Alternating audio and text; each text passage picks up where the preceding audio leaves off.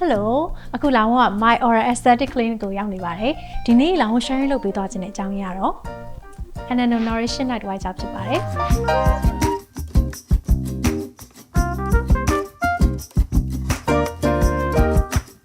ညာလေးစီကကြာလေလောင် Anano သုံးရင်သဘောကျတာပါလဲဆိုတော့ तू ကအရန်နေရမစားဘူးပေါ့နော်ခရီးသွားလို့ရှင်လေလောင်ပလင်းကြီးမစရာမလိုအခုဆိုလို့ရှင်ဒီလိုကတ်လေးနေပါပေါ်လာဆိုကတ်ကလေးကိုအိတ်ထဲထည့်ဝိုင်းတော့ဒီမှာအလုံးကြီးဆိုလို့ရှင်ဒီလုံးကြီးနဲ့ခရီးတစ်ခေါက်တော့ကောင်းကောင်းထွက်လို့ရတယ်ပေါ့နော်အဲ့လိုမျိုးဆိုတော့ဒီလိုမျိုးခရီးဆောင်ပုံစံမျိုးလေး तू ကပြင်ဆင်ထားတာဆိုတော့လေလောင်တို့သုံးတဲ့ခါမှာလဲဟိုပို့ပြီးတော့အဆင်ပြေရပေါ့နော်ဒေါက်တာအဲ့တော့ပထမဆုံးကကြာညာဘက် skin care ကြောင့်ဒေါက်တာလည်းမေးချင်တာပေါ့နော်ဆိုတော့ညာဘက်မှာလောင်တော့ပုံမှန်ဖြစ်ဆိုမနက်ခင်းတွေကိုပို့ပြီးတော့လူတွေကအများကြီးလိမ့်ကြတယ်ဟုတ်တယ်ညရောက်ရင်တို့ကလုံးဝညနေပြောင်းလေးချင်တာအဲ့ဒီမှာဘာဖြစ်လဲဆိုတော့ညာဘက်ရာသီဥတုအပြောင်းလဲတွေအပူချိန်အပြောင်းလဲတွေနောက်ပြီးတော့ကိုအိတ်တဲ့အနေထားတွေကလေညာဘက်ကြာရင် skin ကအဟာပြည့်တယ်မခံစားဘူးပေါ့နော်ဒေါက်တာအဲ့တော့ညာဘက်ကိုလည်း skin care တေချာလိမ့်ဖို့ခု Anano ဆိုလဲဒါညာဘက်ကိုတီးတန့်လိမ့်နဲ့အရေးပြားအဖြစ်အစီဆိုတော့ညာဘက် skin care တို့ကဘာလို့အဲ့လိုအရေးကြီးလဲဆိုတာကလားစီရင်သိချင်ဟုတ်ကဲ့တော်တော်များများပေါ့နော်အခုခေတ်ဆိုလို့ရှိရင်ပို့ဆိုတာပေါ့နော်အမားတို့တွေကအပြင်နေသွားရတယ်အလုပ်တွေနေတိုင်းလုပ်တယ် stress တွေအများများနောက်ပြီးတော့အပြင်က oxidative stress တွေရတယ်ရှိ environmental factors တွေပေါ့နော်ဥပမာ pollution တွေရှိမယ်နေပူထိမယ်နေပူမထိရင်တော့မှ pollution ကတော့ indoor pollution လည်းရှိတယ် outdoor pollution လည်းရှိတယ်ဒီဥစ္စာတွေကြောင့်မလို့အမားတို့ရဲ့အရေးပြားတွေကဘာပဲပြောပို့ပြီးတော့ညစ်နွမ်းနိုင်တယ်နောက်တစ်ခုကကျတော့ပို့ပြီးတော့ cell အသေးတွေကပို့ပြီးတော့ပိတ်ဆို့နေနိုင်တယ်ပေါ့နော်အဲ့တော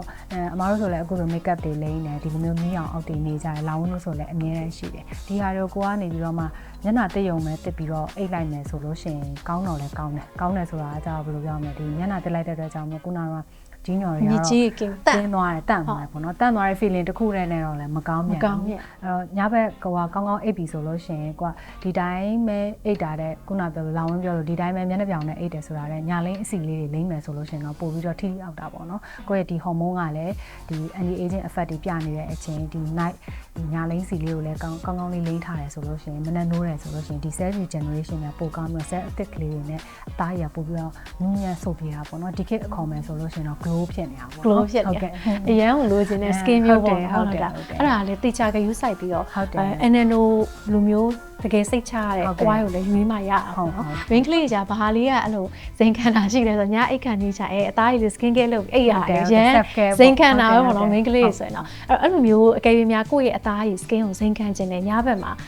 skin ဇိမ်ခံခြင်းနဲ့ဆိုလို့ရှိရင်ပေါ့နော် Anano oil နဲ့လောင်းလို့ blue treatment ပုံစံလေးလုပ်လို့ရတယ်အပြင်ကနေပြီးတော့မှပဲဘယ်လိုပြောရမလဲဒီနည်းနည်းတော့ကြားအကျန်းတော့ပဲဖြစ်တောင်းမလို့ရှိရင်စားတော့အမတော့သုံးလို့မရှိကြားကျန်းလေးပေါ့နော်အဲ့ကြားကျန်းလေးနဲ့ကိုယ့်ရဲ့မျက်နှာကို scrub ပေးပုံမှန်လေးလုပ်ပြီးလို့ရှိရင်မျက်နှာတက်ချလိုက်ပြီးတက်ပြီးသွားလို့ရှိရင်ဒီ Anano oil လေးနဲ့လိမ့်လိုက်တယ်ဆိုလို့ရှိရင်သူကဆူပြပြဖြစ်သွားတာပေါ့နော်ဘာလို့လဲဆိုတော့ scrub ကြီးကိုပဲလုပ်လိုက်တယ်ဆိုလို့ရှိရင်သူက deep cleansing တော့ဖြစ်သွားမယ်ဒါပေမဲ့ဒီမှာကိုကချွေးပေါက်တွေကကျယ်သွားမယ်အဲ့ချွေးပေါက်တွေကျယ်တဲ့ဥစ္စာနေရာမှာကိုကပြန်ပြီးတော့အပြန်ဖြည့်ဖို့လိုတယ်လေအဲ့တော့ဒီ Anano oil ထည့်ပေးရဆိုလို့ရှိရင်တော့ဒါဘယ်လိုပြောမလဲ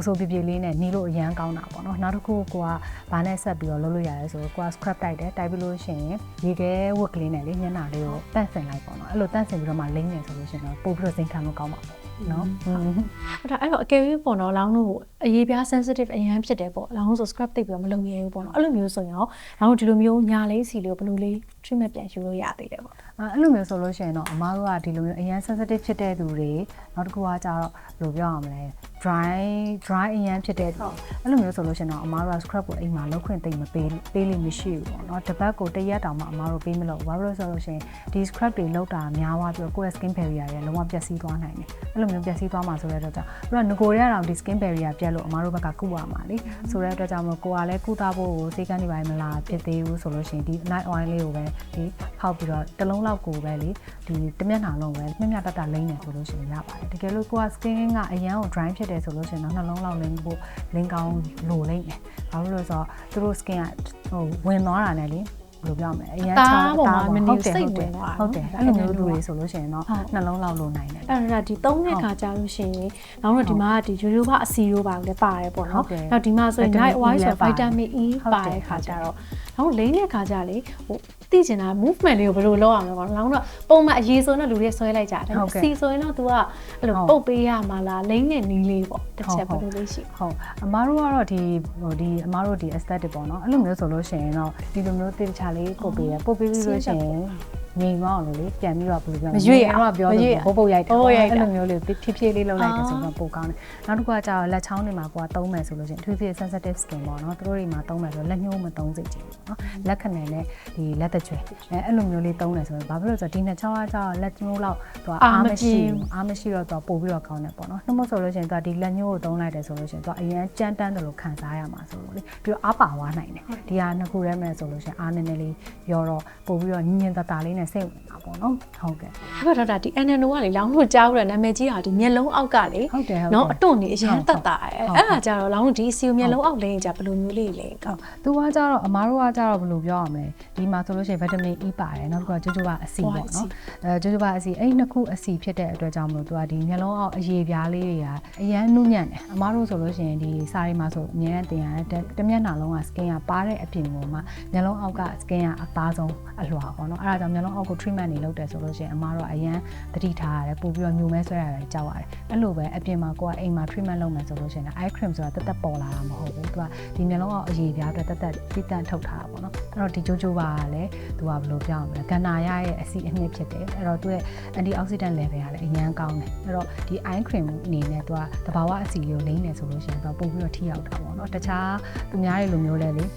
ဘယ်လိုပြောရမလဲအများကြီးတွေလိမ့်နေကြမလို့ဒီတစ်လုံးလေးနဲ့နှစ်ဖက်တစ်လုံးကိုအဲ့ခါမှာလိမ့်နေဆိုလို့ရှိရင်လည်းဒီလိုလေလက်တကြွယ်လေးနဲ့ပေါ့ဟုတ်တယ်အဲ့ဒါဆိုလို့ရှိရင်တော့ပို့ပြီးတော့ကောင်းတယ်ပေါ့နော်ဒါပေမဲ့အရင်ကြီးပုတ်ဆွဲချရတော့မလုပ်ရဘူးပေါ့နော်တချို့ကြောင့်ဝင်ကျင်စောနဲ့အရင်ကြီးပုတ်တော့လဲဘာဖြစ်လဲဆိုတော့ဒီဘက်က wrinkles တွေပေါ်လာနိုင်တယ်အဲ့တော့ကိုကကောင်းစေခြင်းလို့လုပ်တာပို့ဆိုးသွားတတ်တယ်ပေါ့နော်အဲ့တော့နင်းလေးကပုံမှန်ဆိုလို့ရှိရင်ဒီလိုလေးဖြည်းဖြည်းချင်းထည့်အဲ့ဒါဆိုလို့ရှိရင်တော့ပို့ပြီးတော့ကောင်းတယ်ပေါ့နော်ဟုတ်နောက်ကကြဘာလဲဆိုတော့ညဘက်တွေကိုလောင်းတော့ဒီအစီလိမ့်တဲ့ခါကျရင်လူတွေရဲ့အမြင်အမျိုးမျိုးရှယ်ပါဆိုလောင်းလို့မြန်မာနိုင်ငံကျတော့ရာသီဥတုက3မျိုးအပူချိန်က3မျိုးတစ်နှစ်ခံစားနေတာဆိုသူများနိုင်ငံတွေလိုမျိုးအပူချိန်တစ်ခုတည်းမကဘူးပေါ့နော်နှစ်ခုလောက်မကဘူးပြီးတော့လေတစ်ခါလေးကျရင်မိုးရင်းစုံမဲ့ပူတာရှိတယ်ဒီကတော့လောင်းလို့ရာသီဥတုဆိုးစွတ်ပြီးတော့humid အရင်ဖြစ်တာပေါ့နော်အဲ့လိုအချိန်မျိုးလောင်းလို့ဒီလိုမျိုးညလေးအစီကိုသုံးမယ်ဆိုလို့ရှိရင်ဘလို့အချက်လေးတွေဂိမ်းဆိုင်ပြီးသုံးရမလဲပေါ့အယူဆလေးတွေလည်းမှန်သွားပေါ့တချို့ကျတော့သုံးကျင်တယ်ဒါပေမဲ့အစီဆိုရင်ကြောက်တာဆိုးနေဒါပေမဲ့ဒါဒီလုံးဝဝက်ချံမထွက်အောင်လို့တေချာလောက်ထားရဲဆိုတဲ့ဟာလေးလေတော့အမြင်လေးသိချင်ဒီဥစ္စာကကြောင့် NNO ပေါ့နော်ဒီ night wine ကသူကဘာကောင်းတာလဲဆိုလို့ရှိရင်သူက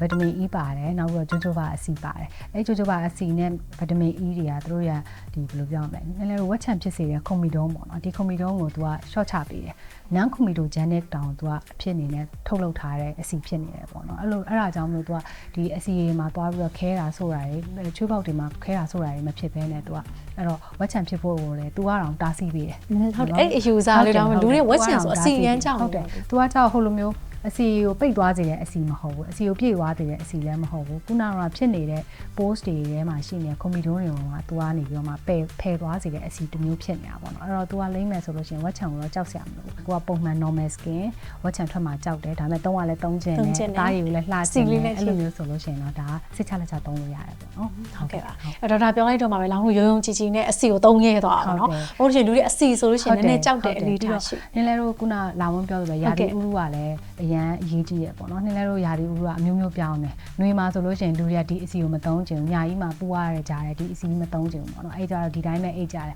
တော့ဒီတိုင်းပဲအိတ်တော့လေခုနပြောတဲ့ indo pollution ဆိုတာကိုယ့်ရဲ့အိမ်ထဲမှာရှိညဉ့်မှုရှိနေတော့ဒီဟာက antioxidant ဆိုတာကာကွယ်ပေးတာ oxidation တွေကိုကာကွယ်ပေးတယ်အဲ့တော့ဒီဟာလေးလိမ့်ထားတော့ဘာပဲပြောကိုယ့်ရဲ့ indo pollution တွေအောင်ကာကွယ်ပေးနေတော့တုံတန်ကိုပို့ပြီးတော့မဆိုးပေါ့နော်တချို့ဆိုရှိရဘာမှလည်းမလိမ့်မဲနဲ့ပို့ဆိုးလာတယ်ဆိုတာဒီဟာတွေပေါ့နော်ဘာမှမလိမ့်လို့ဖြစ်တာမလိမ့်လို့ဖြစ်တာတခုကလည်းတခုအနေနဲ့ကိုကအနည်းဆုံးလေးတစ်ညကိုတစ်လုံးလောက်ကလေးနဲ့ကာကွယ်ထားရဆိုလို့ရှိရင်အရင်တော့ဆိုးမသွားဘူးပေါ့နော်နောက်တနေ့ကျတော့လေကိုကအ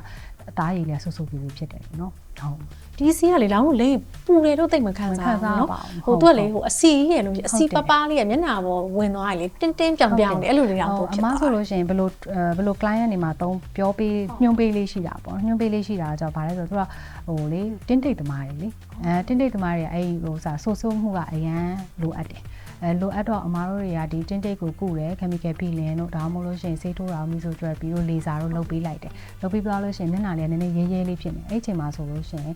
အမားတို့ရဲ့ treatment cream တွေကတော့ရဲတာတွေတက်တာအောင်လိမ့်ပေးလိုက်တယ်ဒါပေမဲ့အိမ်မှာ ကိုကဒီအဆီဓာတ်ကလေးကိုထိန်းချခြင်းမယ်ဆိုလို့ရှင်တော့အမားတို့ကဒီဂျိုဂျိုဘာခရင်အဆီကိုကြိုက်တယ်။ဘာဖြစ်လို့ဆိုလို့ရှင်သူကဒီဂျိုဂျိုဘာအဆီနဲ့ဗီတာမင် E ရဲ့အဆိုဓာတ်ကနေပြီးတော့မှတင်းတိတ်ကိုဖြစ်စေတဲ့မလန်နင်ကိုလည်းသူကအနည်းနဲ့အများထိန်းထားပေးတယ်ပေါ့နော်။အဲ့တော့တင်းတိတ်သမားတွေကလည်း treatment လုပ်နေတဲ့ဒါလေးနဲ့အခါမှာတက်တာကိုတွေ့ရတယ်ပေါ့နော်။ဒါလေးကလုံးဝလောင်းတို့ရာသီဥတုနဲ့ရော budget နဲ့ရောနောက်ပြီးတော့ထားသူကလည်းအရင်ကအဆင်ပြေပါတယ်။ခီး9ရက်ထွက်မှဆို9လုံးစာနေပါလိုက်အောင်။ဘူးရေဆောင်းသွားကြတယ်ဒီကက်လေးအိတ်ထဲထည့်သွားလိုက်အောင်။ဆိုတော့ဒါအများကြီးဆင်ပြေဒါပေမဲ့လောင်းကလည်းဒီမှာဒီ NNO ရဲ့ vitamin E ပါတယ်ညာလေးအရေးပြအလှစီကိုဘယ်လိုသုံးရမလဲဆိုတာကိုလောင်းပြောရတဲ့ဒေါက်တာအမြင်လေးလာပြီးတော့မိုင်းရတာကိုလာပြီးလဲပတ်တာပါကျေးဇူးအများကြီးတင်ပါတယ်ဒေါက်တာတခြားလေးရှင်းပြပေးရကျေးဇူးအများကြီးပါဟုတ်ကဲ့